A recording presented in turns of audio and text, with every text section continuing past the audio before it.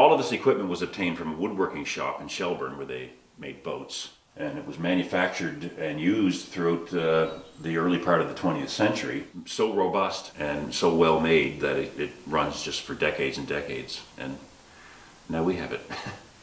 The equipment is powered by this 15 horsepower 3-phase electric motor. This is our jointer. It's a 16-inch jointer. It's the first of the 3 pieces of equipment here to be installed in the wood shop.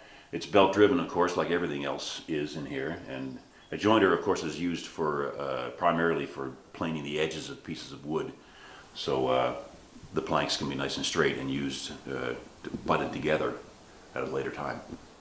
This is our table saw. It's the second piece of equipment that was installed here in the wood shop. It's belt driven, of course, and it doesn't really differ much from a modern table saw except for its weight and overall size. Third and final piece of equipment to be installed here in the shop. Belt driven, of course, like everything else, and it's quite a beefy piece of equipment. It'll deal with lumber that's as much as a foot thick.